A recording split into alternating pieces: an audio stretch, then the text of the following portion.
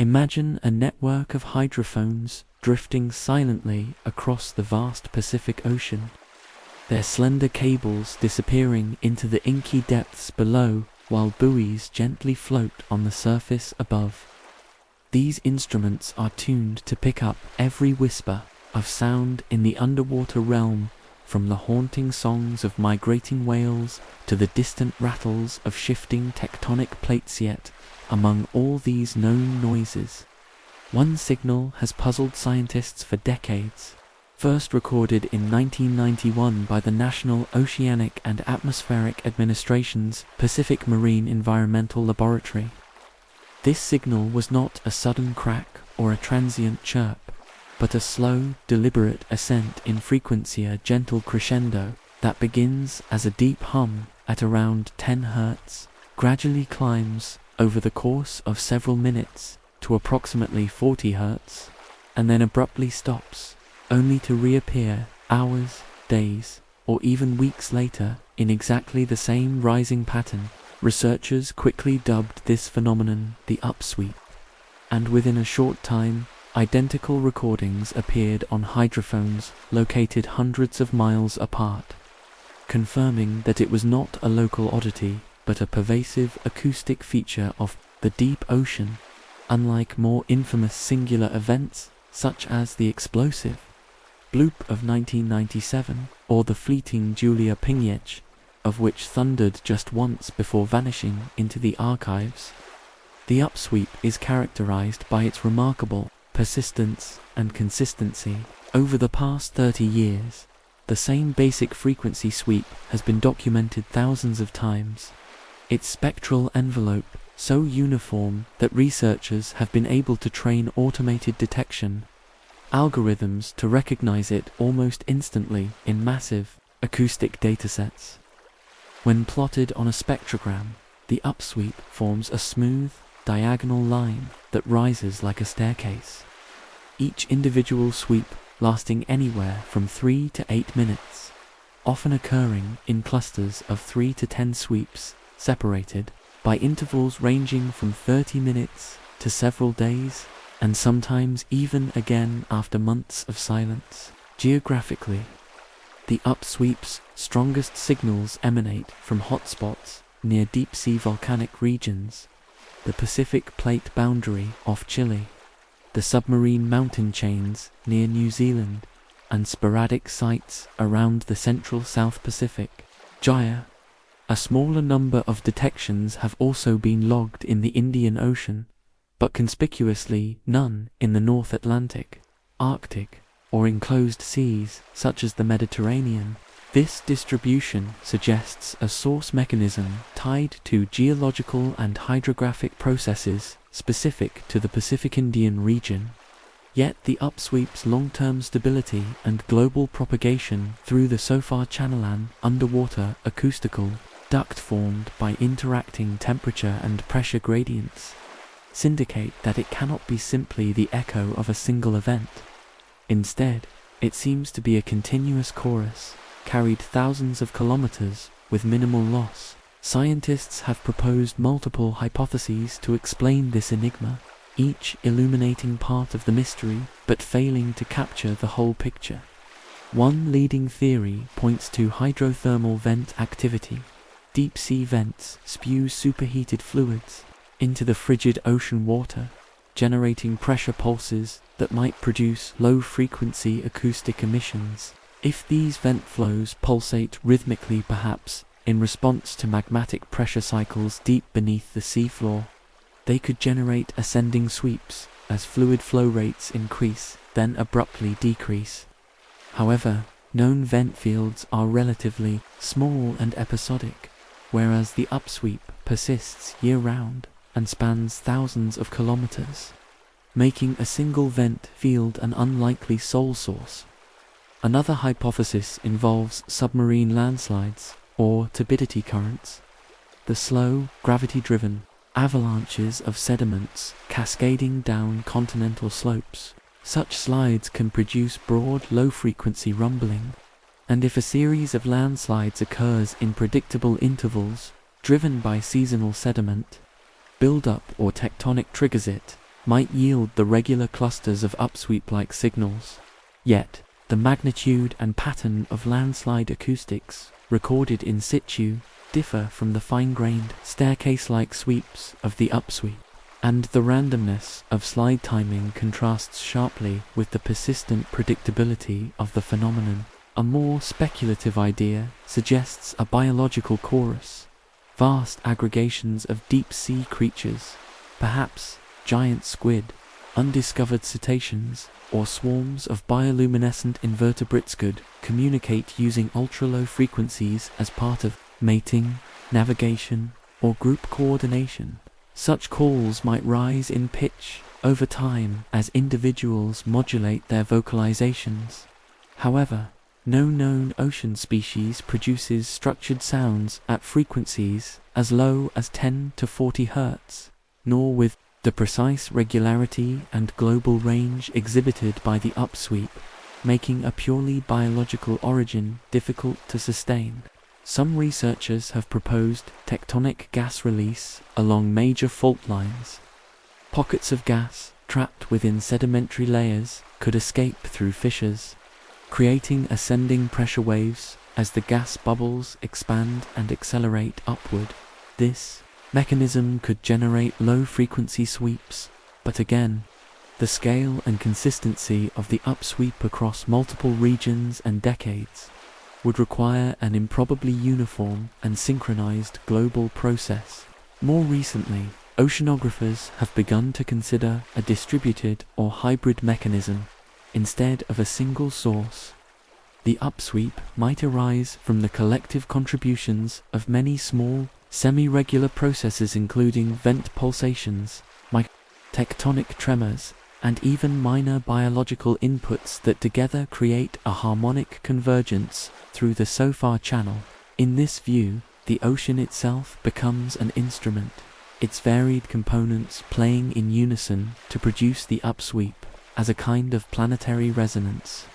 Modern efforts to unravel the upsweep's origin leverage machine learning algorithms and higher resolution acoustic arrays. By feeding terabytes of hydrophone data into neural networks, scientists can detect subtle variations in sweep slope, duration, and amplitude, tracking seasonal patterns and potential correlations with seismic and oceanographic datasets. Autonomous underwater gliders equipped with hydrophones now patrol suspected source regions, triangulating acoustic signals with unparalleled precision. Yet even with today's technology, direct localization of the upsweep source remains frustratingly out of reach, a testament to the ocean's vastness and complexity. Beyond its scientific intrigue, the upsweep has a certain psychological resonance.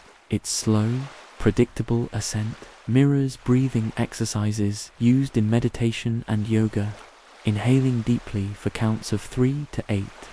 Holding momentarily, then releasing. Listeners often report a profound sense of calm when playing recordings of the upsweep, as though the ocean's own rhythm synchronizes with our internal states, inviting relaxation.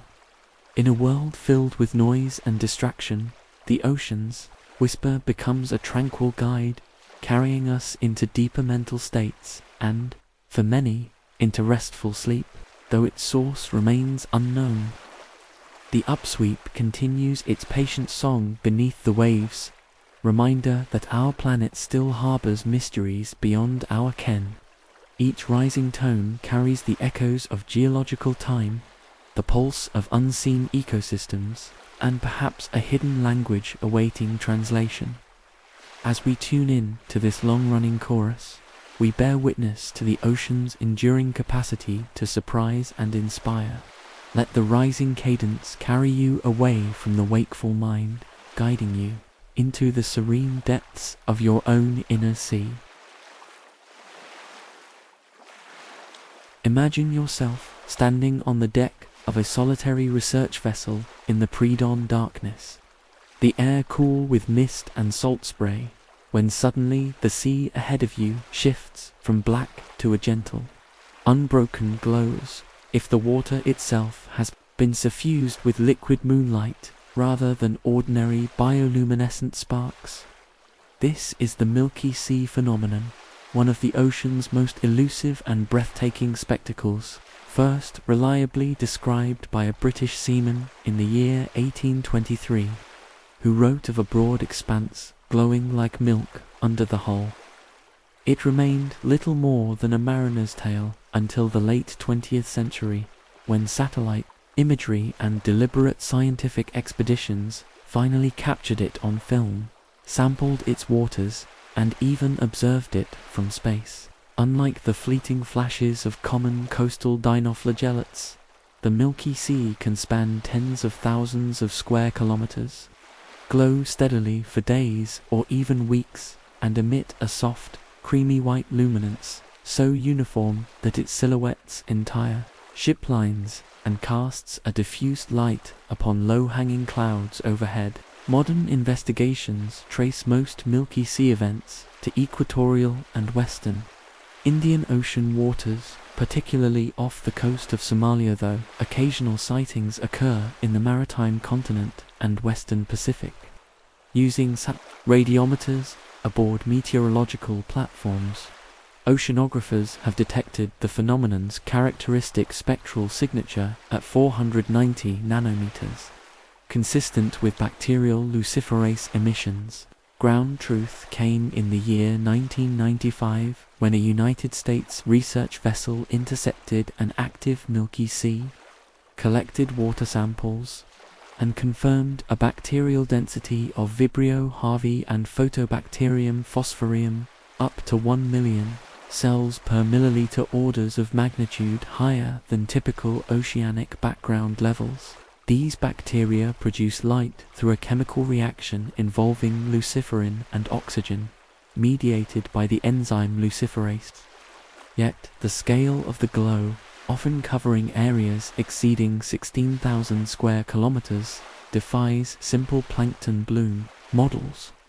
How do such bacteria aggregate so densely in open currents?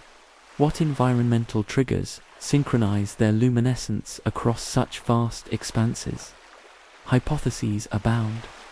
Some researchers point to mesoscale eddies, so-called ocean giants, hundreds of kilometers wide, that rotate slowly, trapping and concentrating water masses. Within these rotating rings, nutrient upwelling from below could spur intense bacterial growth, while gentle mixing maintains a uniform population through the water column.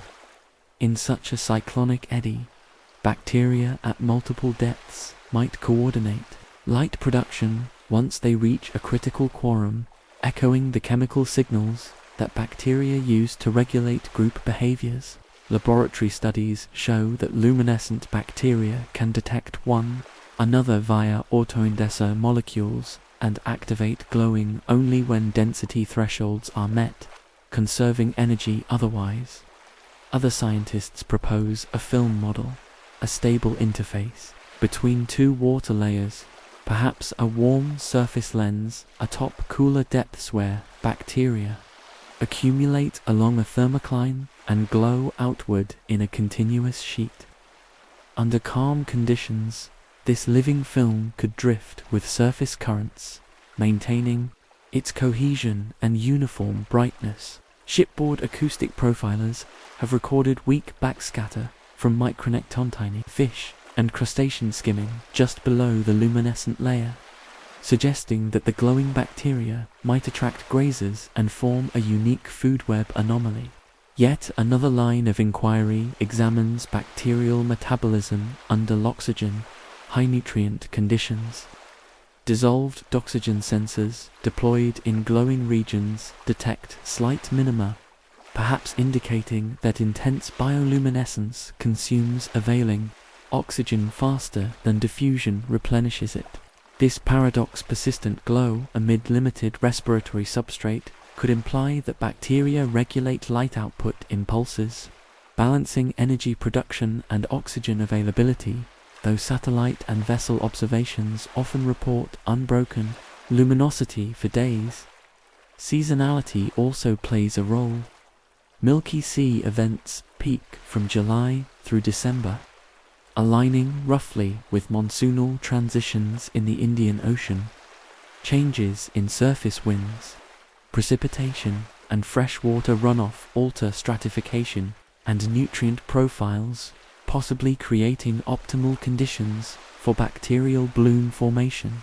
Rainwater input may lower salinity in surface layers, generating a sharp halicline that traps organic matter and microbial populations. From a human perspective, the Milky Sea has inspired awe and poetic wonder. Mariners of the 19th century feared sailing into its glow, believing they had entered enchanted waters or that phosphorescent predators lurked below. Today, sailors recount stories of ghostly horizons and navigational instruments failing when forced to compensate for the radiance's unusual optical properties. Low-light cameras struggle to capture the phenomenon faithfully. Even long-exposure lenses produce images that look more like fog than water. Advances in autonomous underwater vehicles promise new insights. Equipping gliders with miniature radiometers, fluorometers, and in situ microscopes allows researchers to map the three-dimensional structure of Milky Sea events, measuring bacterial concentration gradients, oxygen fluxes, and microscale turbulence. Preliminary glider missions have recorded thin layers just a few meters thick of intense luminescent bacteria riding atop the thermocline. Beneath calm, windswept surfaces, despite these breakthroughs, fundamental questions endure. What initiates the collective light switch? How do separate bacterial colonies synchronize across tens of kilometers? Might chemical cues disperse faster in certain salinity temperature regimes? Or do subtle electromagnetic fields guide bacterial alignment? Is there an undiscovered particle or biopolymer facilitating long-distance communication among microbial populations? As you envision the Milky Sea's ethereal glow, its undulating brightness reflecting in your mind's eye, allow the gentle luminance to wash over your thoughts like a soft, celestial blanket.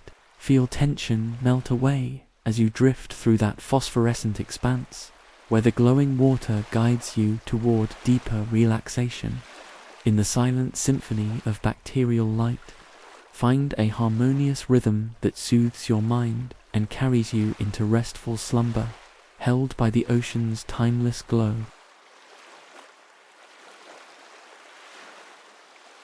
Imagine a submerged world, not in the realm of myth, but lying quietly beneath shallow Grecian waterstone foundations, still rooted to the sun-dappled seabed, columns rising from sandy streets, and the echo of long-vanished footsteps carried on gentle currents. This is Pavlopetri, the oldest known submerged city, resting beneath a few meters of Aegean Sea near the coast of Laconia, Greece. Discovered in 1967 by diver Nicholas Fleming, its remarkably preserved plan stretches across 8 hectares, rectangular building plots, courtyards, shrines, and tombs laid out in a precise orthogonal grid, complete with stone-paved lanes and a harbour basin once busy with fishing boats and amphora-laden trade vessels. Radiocarbon dating of ceramics, looted oil lamps, and obsidian blades places its heyday around 1400 to 1200 BCE, contemporaneous with Mycenaean palaces, yet Pavlopetri's architecture exhibits unique features, suggesting a thriving local polity engaged in maritime commerce, religious rites, and daily rituals now lost to time. Early surveys relied on plumb lines and compass bearings to sketch rudimentary maps, but since the 2000s, advanced multi-beam sonar and underwater photogrammetry have revealed astonishing detail. Doorways facing east to capture morning light refracted through the waves, drainage channels carved into threshold stones to carry away winter rains, and cisterns carved into bedrock to capture spring freshet. Beneath the surface, seagrass waves shimmer over rooftops, Shoals of bream and wrasse dart through one's grand atria. Sand-filled rooms become silent amphitheaters for algae and barnacles. Pavlopetri's social life can be glimpsed in its artifacts, a scattered mosaic of painted pottery shards, bearing motifs of spirals, dolphins, and bulls' heads, bronze pins and fibulae pressed into collapsed doorways, tiny gold beads entwined with seaweed among the rubble, and sculpted stone altars stained by centuries of oil offerings. Taken together, these remnants paint a portrait of a coastal community that worshipped sea gods, harvested fish and salt, and built robust alliances across the Aegean from Crete to Cyprus via nimble galleys navigating seasonal winds.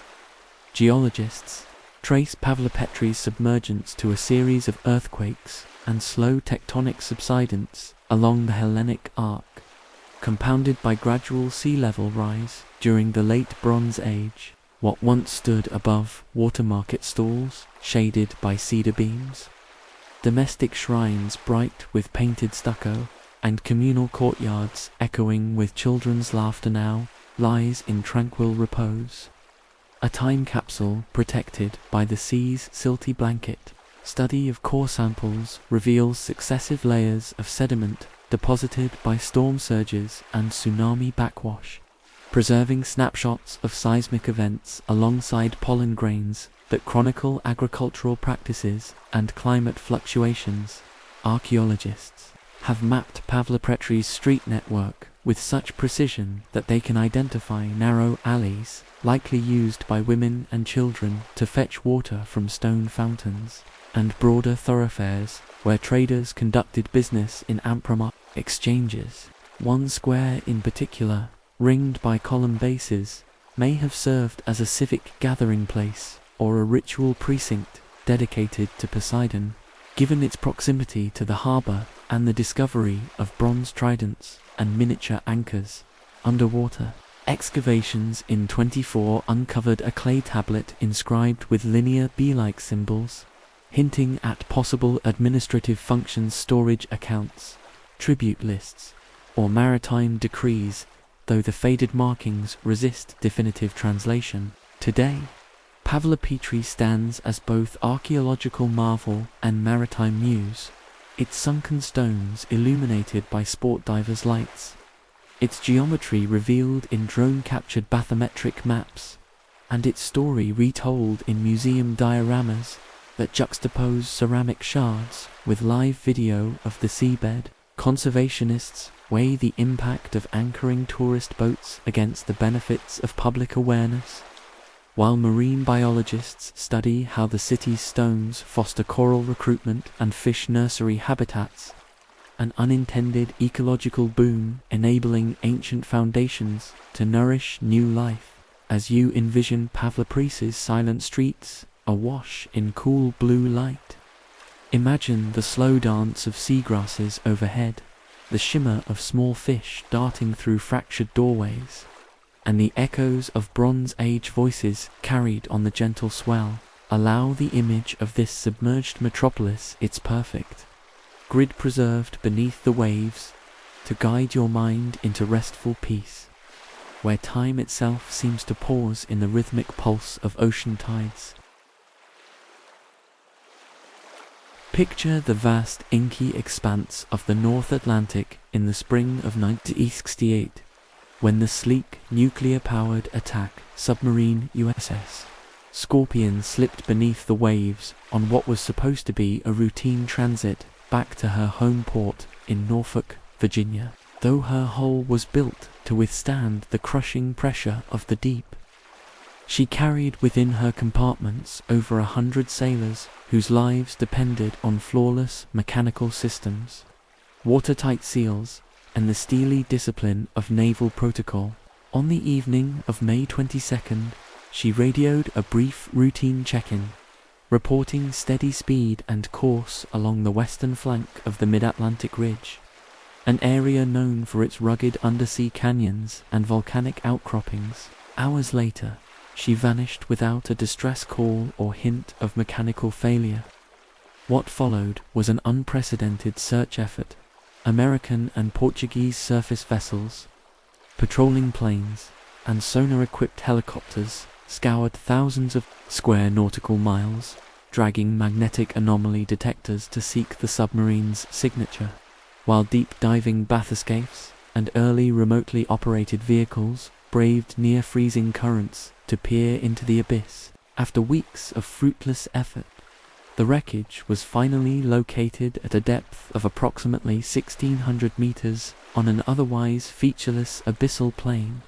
The debris field strewn over an area half a kilometer across. Twisted plate fragments, the severed ends of torpedo tubes, and a collapsed sail structure testified to a sudden implosion that would have extinguished all internal life in milliseconds. Higher resolution side scan sonar imagery painted a chilling picture. The main hull broken at a near right angle, crushed inward as if a giant press had squeezed it from bow to stern, while the forward compartment lay detached, its walls caved in hollows that whispered of extreme pressure differentials. Remote cameras mounted on today's autonomous submersibles show the submarine's skeletal steel outlines, now draped in anemones, covered in bioluminescent shrimp, and scarred by oxidizing metal that glints faintly under artificial lights. Observers watch as small deep-sea fish weave through her twisted framework, as if the wreck has become an artificial reefagrim irony that human tragedy has seeded new life into the ocean's darkness. Detailed forensic analysis of bent and broken components recovered from the seabed has revealed clues. Fractured piping joints suggest that seawater ingress may have erupted into the reactor compartment. Corroded battery casings indicate possible hydrogen gas buildup, and warped control rods hint at a rapid shutdown that left the nuclear core quiescent but the hull vulnerable during descent.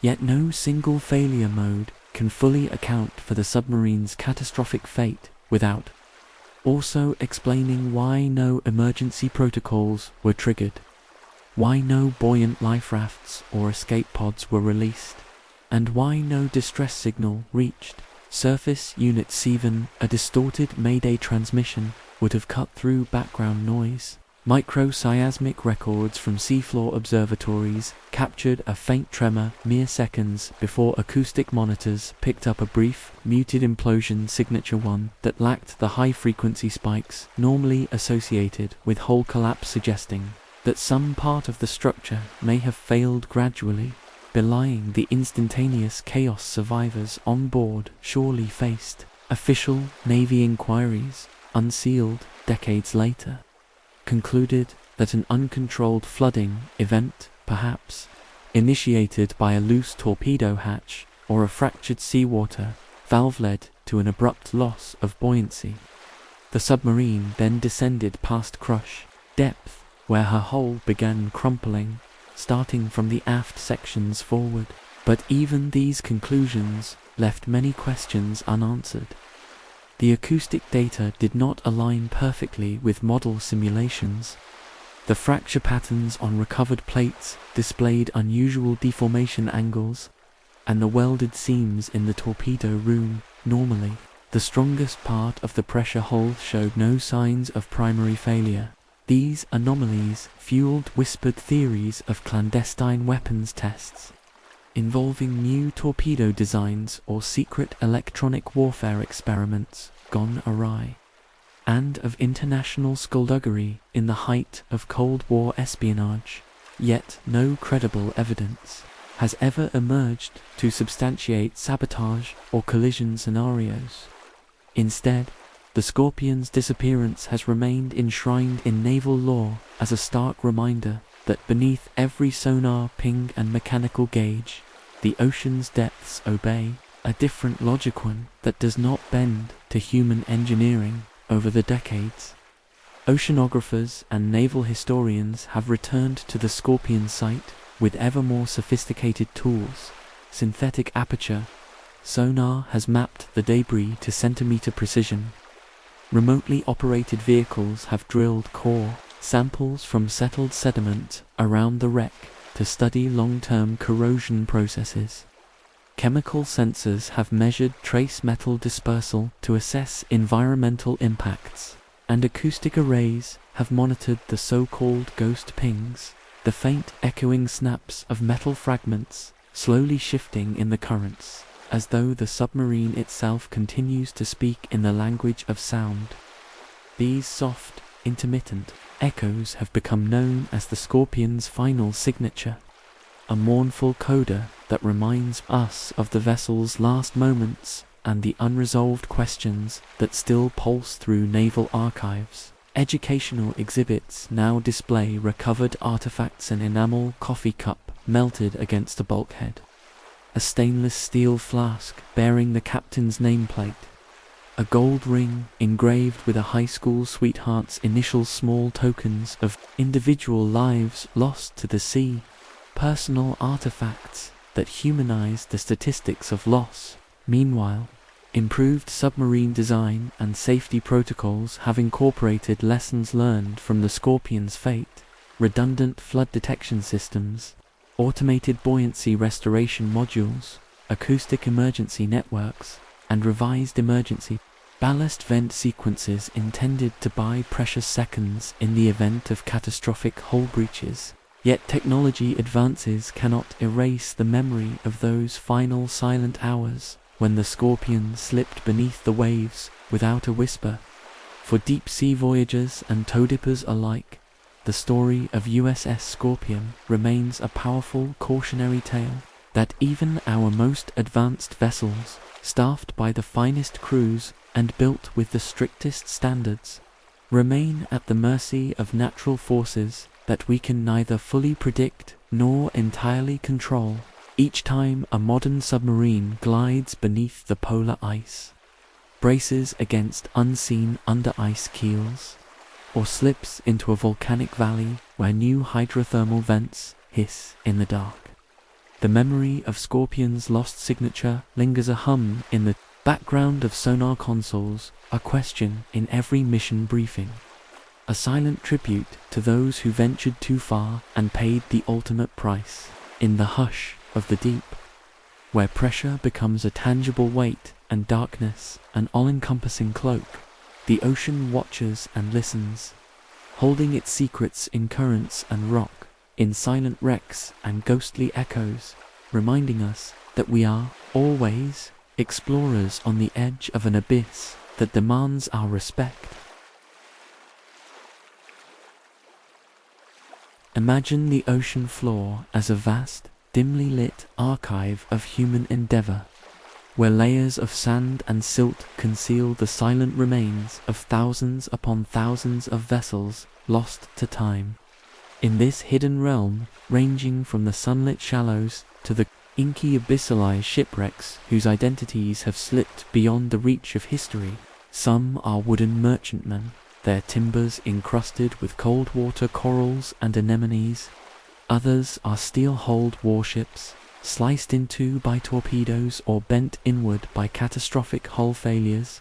Still more are sleek freighters, half buried by shifting sands, their cargo holds stuffed with rusted automobiles, ceramic jars, or forgotten wartime munitions. Modern side-scan sonar surveys reveal an astonishing number of these anomalies, each one a spectral silhouette etched against the darker sediment, repetitive arches of ribs indicating planned construction, the rectangular imprint of deckhouses, and the faint echo of masts that once billowed with wind. Researchers chart these ghostly outlines using towed sonar fish that transmit rapid pulses across the seabed, capturing high-resolution imagery of wreck sites thousands of meters deep.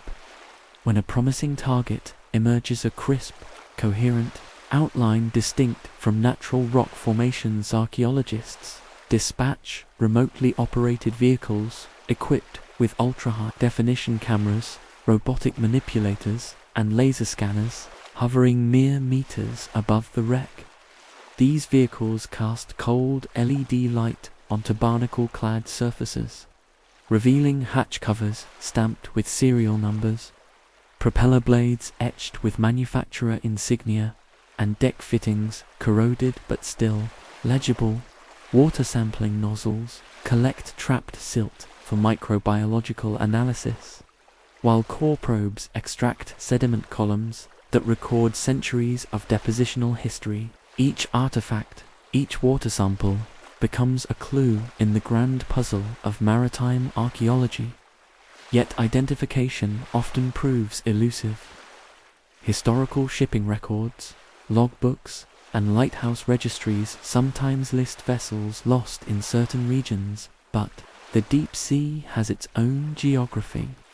Continental shelves slope into canyons where ships ground and break apart. Currents swirl debris fields across kilometers, and tectonic activity can bury wrecks under new layers of sediment. A ship that founders near a coastal headland may drift unseen into deeper waters, its hull dragged by undercurrents far beyond its last recorded coordinates. Over time, marine growth blankets masts and railings, transforming human artifacts into organic reefs that attract fish, crabs, and other denizens of the deep. As the wreck ages, metal alloys dissolve in seawater, leaving only rusticles, the iron oxide structures that drip like waxand skeletal fragments that hint at her former shape. The process of identifying a wreck site begins with triangulating multiple lines of evidence. Side scan sonar gives a plan view shadow, but to decode that shadow requires correlating its size, orientation, and location with known shipping routes, storm records, naval engagement logs, and insurance claims. If a wreck appears near historic convict transport passages between Europe and Australia, researchers might search 19th century Lloyd's of London casualty lists for missing vessels. If it lies in a former theatre of war, say, the North Atlantic, during the Second World War, they might cross-reference U-boat patrol logs, convoy schedules, and declassified Admiralty dispatches, but often no single record matches once the wreck's position has drifted by hundreds of meters over decades, or the original wreck report described only a cargo of mills and machinery, rather than hull dimensions or distinctive superstructure features.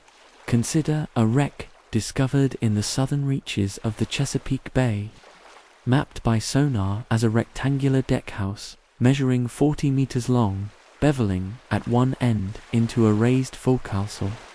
Divers found steel plating stamped yard No. 112 and a series of small bronze portholes still sealed with rubber gaskets. The local archives listed a bulk coal carrier, the SS Yorktown, lost in a storm in 1893, but Yorktown's official cargo was anthracite coal in wooden barrels, not heavy machinery. An alternative candidate was a scuttled Confederate blockade runner, but those were generally lighter, faster vessels without the durable steel plating observed. Even after months of archival and underwater research, experts concluded the wreck was neither of those ships, but an undocumented World War I munitions ship that sank after an explosion, a loss never publicly recorded due to wartime secrecy. Clues lay in recovered brass shell casings stamped with 1917 dates and rivet patterns, matching early 20th century construction, but the ship's name remains unknown. In the Mediterranean, archaeologists have mapped dozens of Greek and Roman wrecks, each requiring painstaking excavation. At one site off the coast of Sicily, sensors detected an intact amphora field, hundreds of ceramic jars resting on their sides in neat rows, suggesting a sudden sinking before cargo could be jettisoned. Geochemical tests on sediment in the amphora next revealed traces of olive oil compounded with herbs, consistent with North African production methods, combined with dendrochronological analysis of hull beams showing oak growth rings dated to the 2nd century BCE. Researchers inferred The vessel was a Carthaginian merchantman supplying Sardinia, yet the exact name and home port were lost to time, preserved only in the pattern of ancient trade. Beyond trading ships, many unidentified wrecks bear military origins. In the Pacific, surveys of the Solomon Islands World War II battlefields have uncovered Japanese cargo ships blasted by American bombers, their holds still loaded with torpedoes and field guns. A sonar target located in waters off Guadalcanal showed distinct secondary explosions long after the initial sinking, recorded as persistent acoustic events by submarines conducting post-war research. When divers examined the wreck decades later, they found depth charge cylinders stenciled in Japanese kanji, confirming an armed cargo roll, but no hull markings survived. Japanese naval logs recorded only severe damage, unable to render assistance. Presumed sunk between Guadalcanal and Tulagi, leaving the vessel's identity uncertain. The challenge intensifies with deep-sea discoveries. Autonomous underwater vehicles, AUVs, now descend to depths of 4,000 meters, mapping hydrothermal vent fields and abyssal plains. On the Pacific Plate's eastern flank, an AUV detected a wreck site at 3,000 meters depth. A double-hulled tanker with protruding piping conduits and massive cylindrical fuel tanks. The original hull appeared coated in a thick patina of manganese nodules, an accretion that takes centuries to form.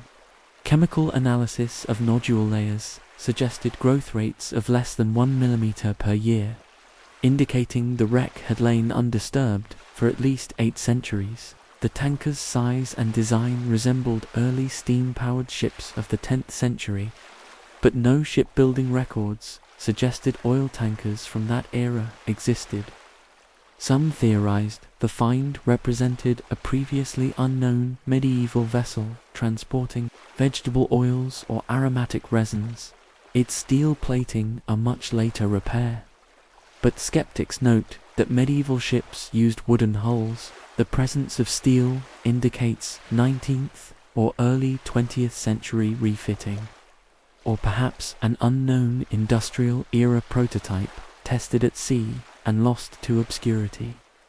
On the fringes of shipping lanes, a wreck mapped off the Portuguese coast resembled a modern container vessel sliced neatly amidships, as if cut by a massive underwater landslide.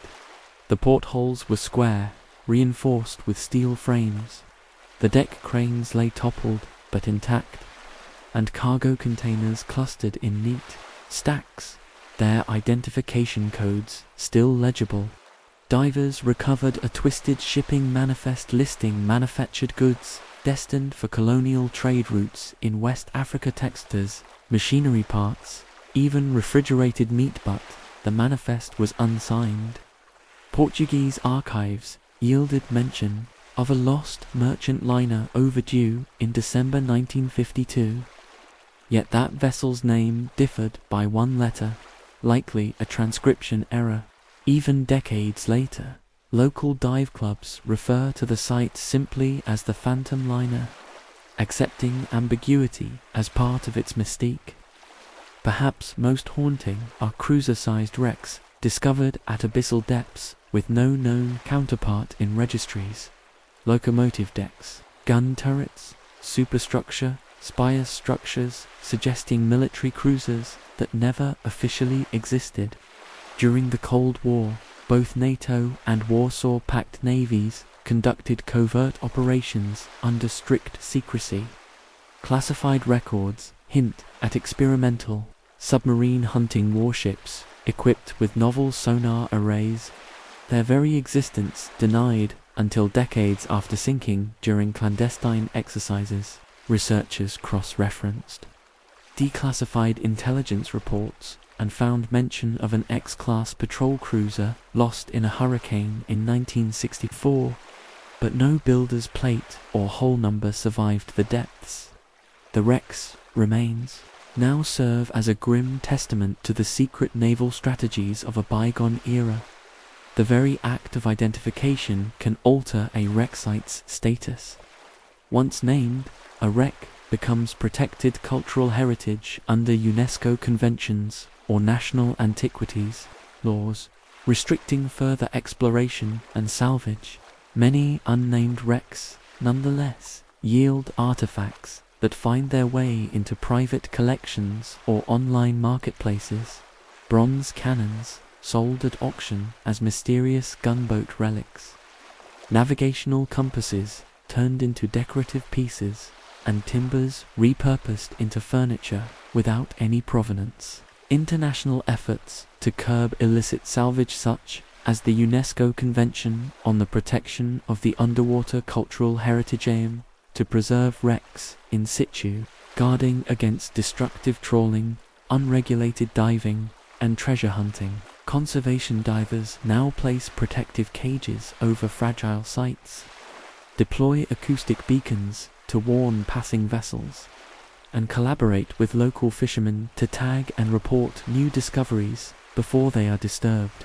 Yet for every site safeguarded, countless others vanish under receding budgets and shifting research priorities.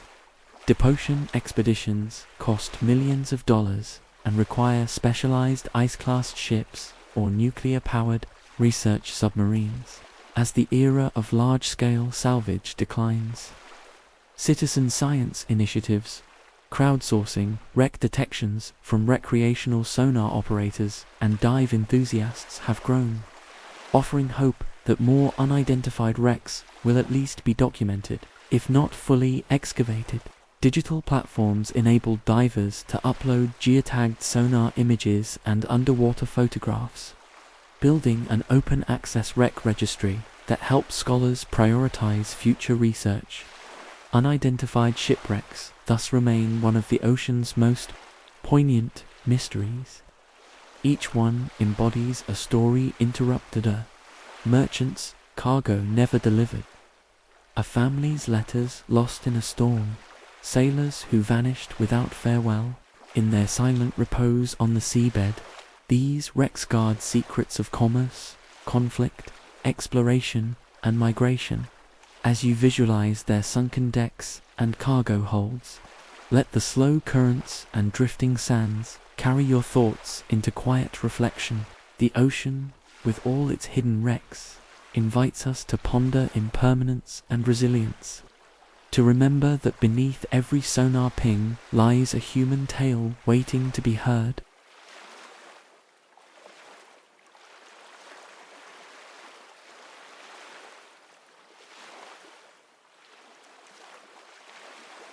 Imagine a team of veteran deep-sea explorers piloting the remotely operated vehicle Sea Hunter through the brackish, eerily calm waters of the Baltic Sea in June of 2014, scanning the muddy seabed 65 meters below, when their high-definition cameras revealed an object unlike any natural formation, a perfectly circular disc nearly 20 meters in diameter, with raised ridges resembling the spokes of a wheel, sitting atop a rectangular base that cast long shadows under the ROV's lights.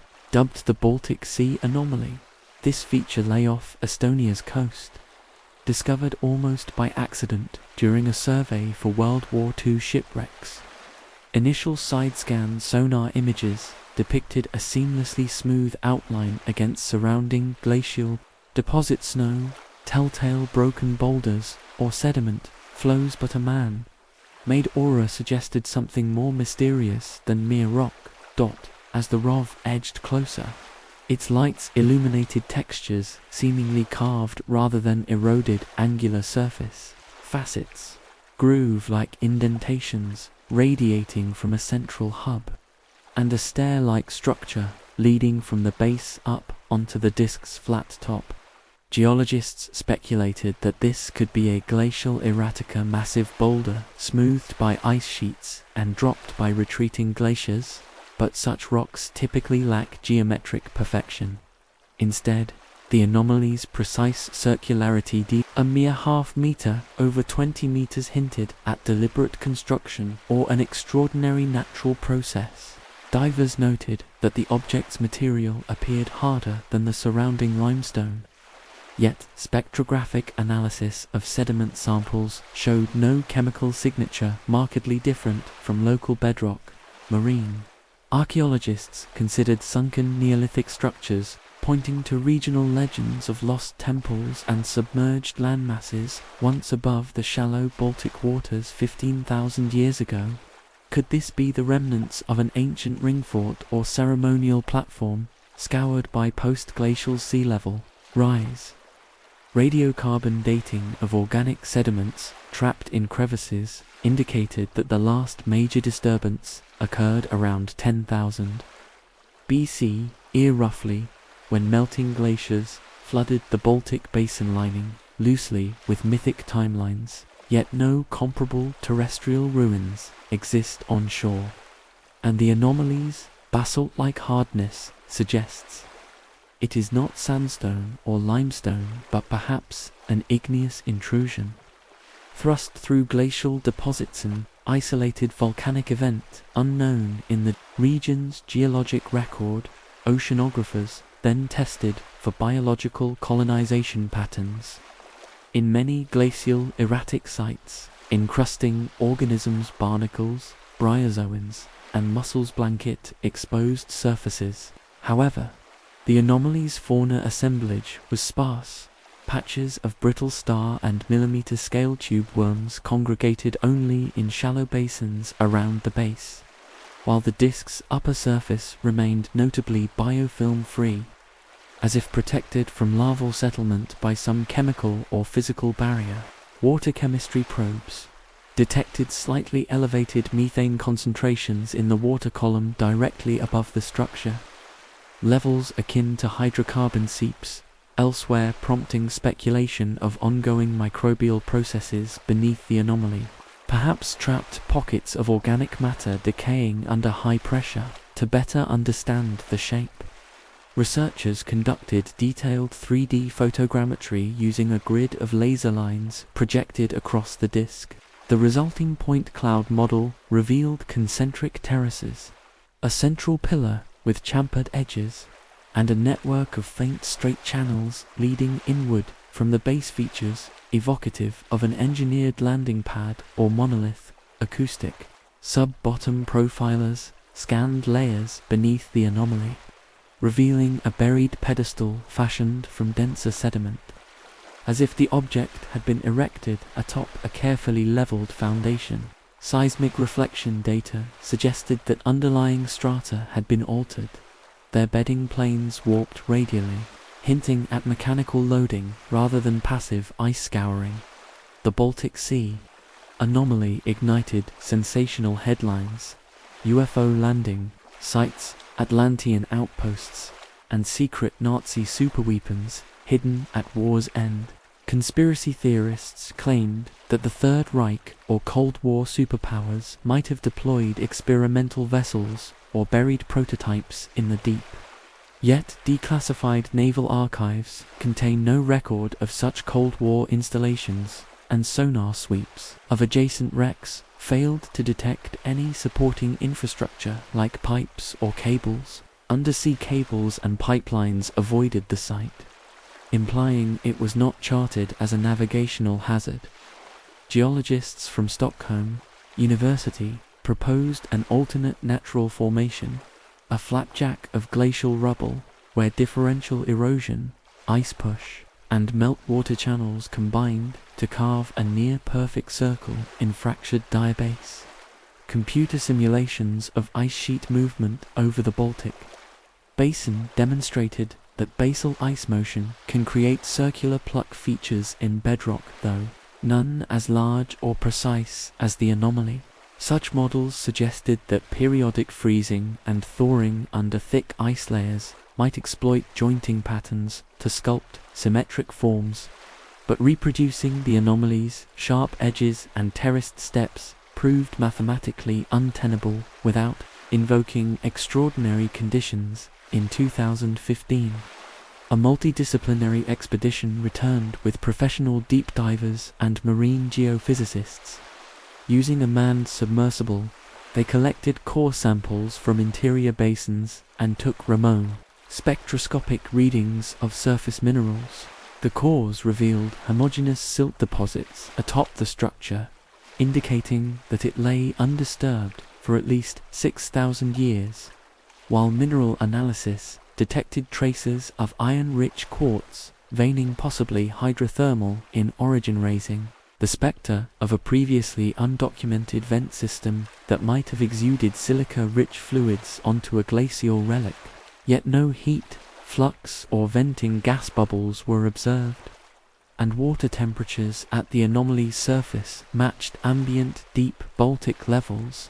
As the debate endures, the Baltic Sea anomaly remains a locus of wonder and inquiry, drawing scientists and thrill-seekers alike to the murky waters above its secretive circle. It exemplifies the ocean's capacity to harbor puzzles that reside at the intersection of geology, archaeology, and marine ecology, enigmas that challenge our understanding of Earth's processes and humanity's past.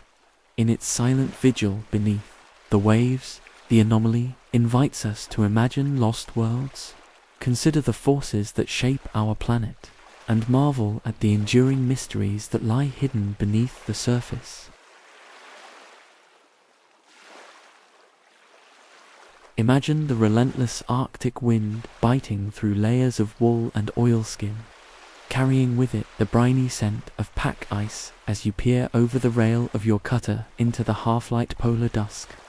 Ahead, like a mirage against the endless expanse of frozen sea, emerges the silhouette of a steel-hulled freighter, her foremasts and solitary funnel etched in rust against the slate sky. This is SS Bejimo, the legendary polar ghost ship whose story began on a fateful October day in 1921, when the vessel, chartered by the Hudson's Bay Company to service remote trading posts along Alaska's northwest coast, became trapped in an early freeze within the Beaufort Sea's treacherous ice fields, battling gale-force winds and towering floes that crushed wooden vessels like matchsticks.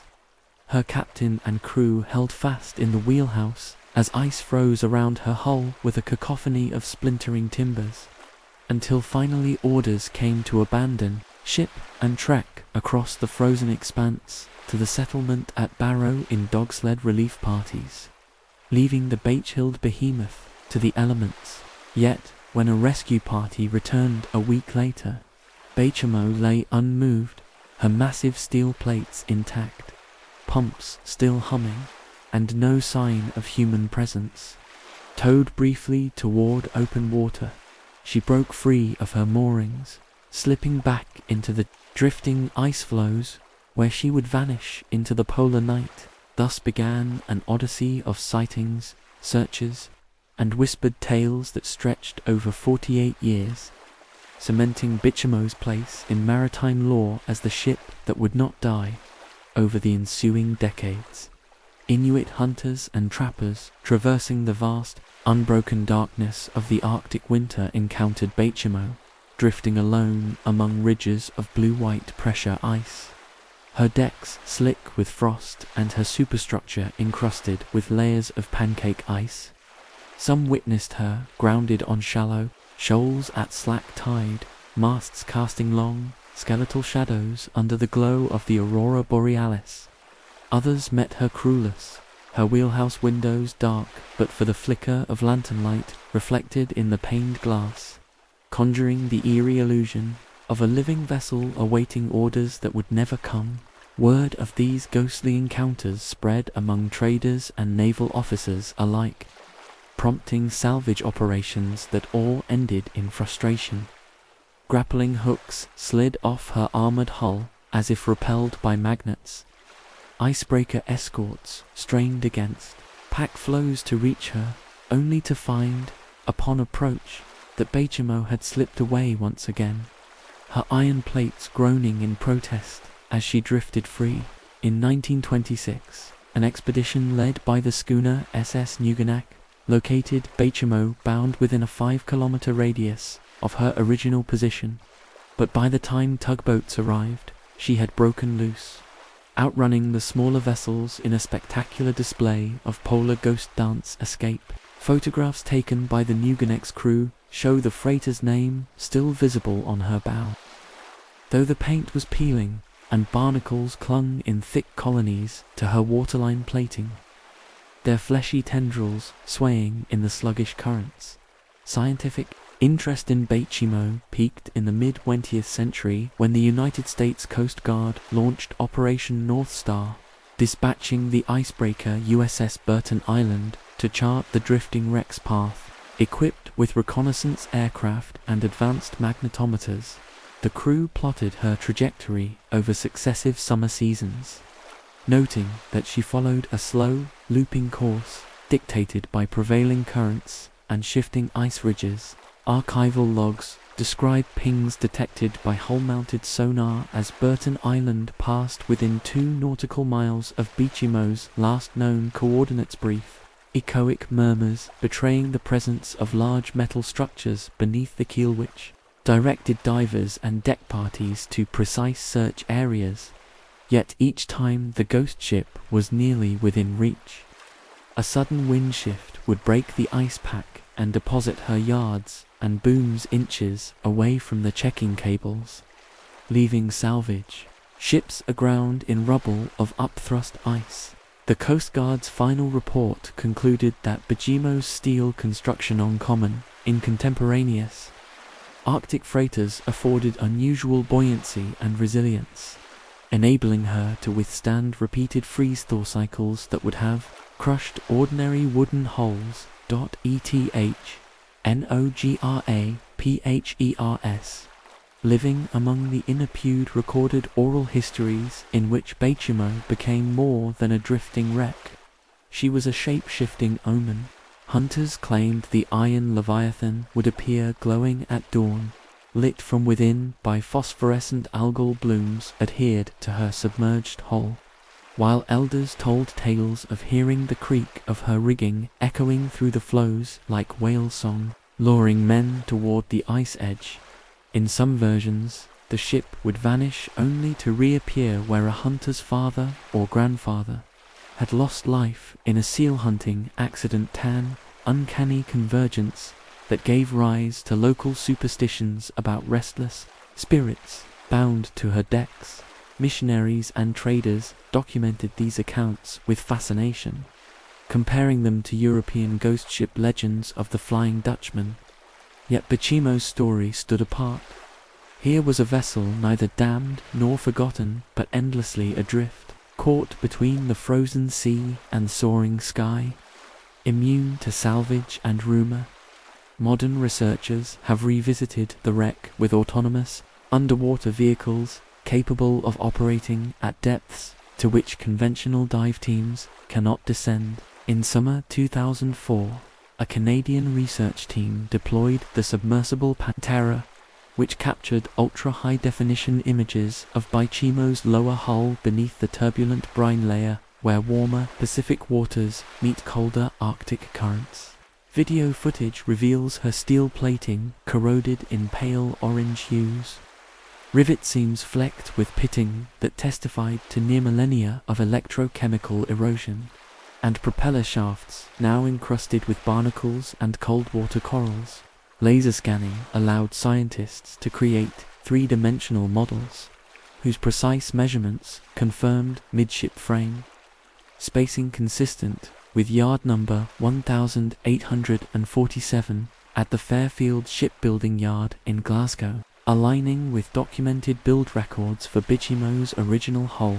Yet no archival blueprints survived, and subtle modifications ordered in 1919 rendered her after-service plans irrecoverable. Chemical assays of sediment samples taken from beneath her keel uncovered trace concentrations of coal tar and heavy fuel oil beneath layers of oxidized graphite, implying that at least some of her bunkers remained intact, and that residual hydrocarbons continued to leach into the cold bottom waters. Ecotoxicologists studying these deposits found that local benthic communities exhibited unusual tolerance to polycyclic aromatic hydrocarbons, suggesting evolutionary adaptation to the persistent chemical seep. Acoustic sensors installed on nearby moorings recorded intermittent low-frequency hums, resonances thought to arise from metal panels flexing under diurnal temperature shifts as shallow marine sunlight filters through ice brine channels and warms the deck plates. These ghostly pings, detectable for kilometers, have been likened to the ship's final signature echoing into the vast Arctic silence. The physics of Bichimo's survival hinge on her design, a riveted steel hull of 6 to 12 mm plating subdivided into watertight compartments and supplemented by a double bottom that allowed slush ice to flood and then refreeze without compromising overall buoyancy. Her masts, fitted with insulated steam winches, were engineered to hoist lifeboats through thick ice ridges, while her brass fittings and bronze bearings resisted seawater corrosion far longer than iron. Modern computational fluid dynamics models show that when Bachimo became locked in ice, compressive forces would have formed a buoyant ice keel around her hull, reducing net stress on her plates and creating an insulating barrier against the surrounding water, enabling her to drift rather than founder. This combination of naval engineering and serendipitous environmental conditions produced a drifter that the Arctic's slow currents could shepherd across channels and leads, repeatedly delivering her to the margins of open sea. In 1969, the final verified sighting of Bachimo occurred near Bata Island, where Inupiat hunters watched the hulk slide past with only her mast tips visible above an ice floe. The following year's surveys yielded no evidence of further drift, and Bachimo was officially presumed sunk. Yet whispered reports continue. A hole-shaped sonar return off the Greenland coast in 2012, a photograph of rust streaks among Hudson Bay ice in 2015, and sonar pings matching her displacement detected by Canadian icebreakers near Victoria Island in 2019. The persistence of these signals sustains the legend that Bachimo may still roam the polar seas, her fate sealed only by the quiet inevitability of corrosion and time. The story of SS Bachimo serves as a testament to human ingenuity, the unforgiving power of polar environments, and the enduring allure of maritime mysteries.